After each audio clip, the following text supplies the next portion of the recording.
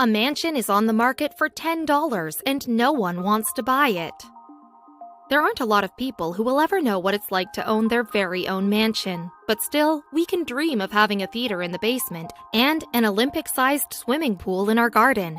Now that we've gotten you to think about that life, what if we told you that there's a mansion on the market right now that you could definitely afford? It's in New Jersey, and it's seen its fair share of things, being 111 years old. There is a catch, of course.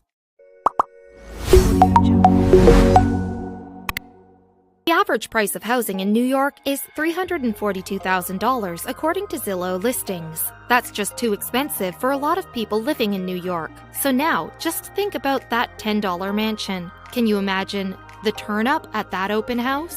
Well, the house has actually been listed for a long time, and yet no one has bought it. You'll never guess the reason behind it. Even the area surrounding the mansion is a wonderful place. Being in Montclair, New Jersey, the area is ideal for a family. There are schools, shops, restaurants, and more. Even the road is trying to get you to buy the house. The road the house is on is called Pleasant Avenue. Who wouldn't be tempted just off of that? The actual property has lush plants and beautiful green grass in the summertime. If the Big Apple just isn't perfect for living in, then this mansion is perfect for you. The town it's in only has 37,669 people living in it. And if you still need to get to Manhattan, it's a mere 45 minutes away. Those are only a few of the pros, so just why has no one put in an offer yet? With this mansion being so seemingly perfect, there is one condition on buying this house, and it was too much for most people. Architect Dudley S. Van Antwerp designed and built the mansion in 1906. This was only 6 years after he started his own practice, but went on to design and build famous buildings like the Yacht Club on Long Island and the Montclair Wauketung Avenue Congregational Church. The mansion has so much history and memory inside its walls. With this in mind, why would the mansion be listed for the small sum of $10? The mansion lives up to its name by having 4,000 square feet of room inside its walls, including space for a huge family, like 6 bedrooms and 3.5 bathrooms. There's even more when it comes to amenities. Who would ever need more space? If you purchased the property, just imagine what you could do with all the spare rooms in the house. We recommend a library to go with your silk gown and pipe. Did we mention amenities? Ah yes, your back garden would be 2.5 acres. You could build, host, or do pretty much anything you can think of here. If you're crazy enough, we're pretty sure you could fit a Ferris wheel somewhere. There's already a gazebo and a tennis court on the property. Oh, and let's not forget the old carriage house that could be revamped into something of a game room or outdoor theater. So now that you've heard every single positive thing about this mansion, it doesn't take a genius to understand that $10 is a little bit of an underevaluation. $10 isn't even a fancy meal with a large family, so what gives? The mansion is actually valued at around $1.35 million. Yikes! There's a tidy sum that almost no one can actually afford. But it's fair if you look at what you're actually getting. You already know about the renowned architect that built the house, but there's another person of fame tied to this mansion. It's none other than the former captain of the Notre Dame football team, Aubrey Lewis.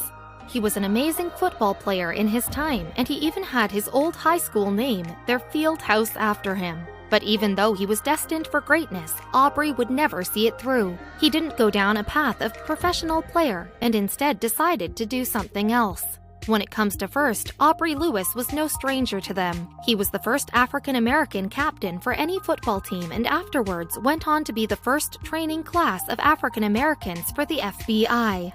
When his career was done, he came back to Montclair. He said that it was his real home and even settled here. In 2001, unfortunately, he passed away from heart complications. The BNE Real Estate Group bought the property soon after he died and planned on adding more houses on the property. But something stopped them.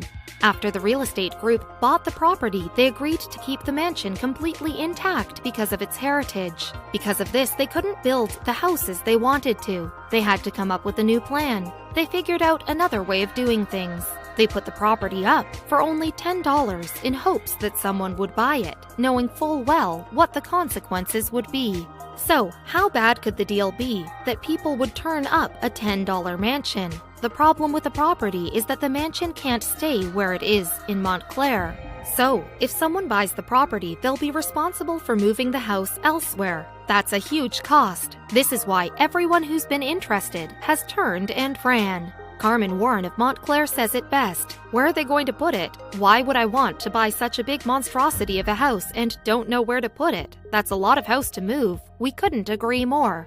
Whoever purchases the mansion is going to be responsible for not only moving the residence within a quarter mile of its current location, but they must pay for all of the costs that come with buying a new home. The buyer is also going to be required to go through all of the necessary renovations before lifting the mansion, which all needs to be paid out of pocket. That's going to get real expensive real fast. Due to the old age of the mansion, the seller is offering $10,000 to help with any renovations that need to be made throughout the property. That's a generous offer at first glance, but when you think about all of the necessary repairs on top of the relocation, the cost is going to be astronomical. The total effort is estimated to cost around $200,000, which is still less than what the mansion is worth, but it's still a great deal of money. Not including the moving cost, the buyer will have to do lead paint and asbestos checks. Considering the age of the mansion, it is a very real concern. Lorena White, a real estate agent for Prominent Properties Sotheby's International Realty, said, "In addition to moving it, the cost of any kind of repairs and renovation requires that it be done to historical guidelines. That tends to be expensive. Whoever buys this home has got to be the world's biggest history buff."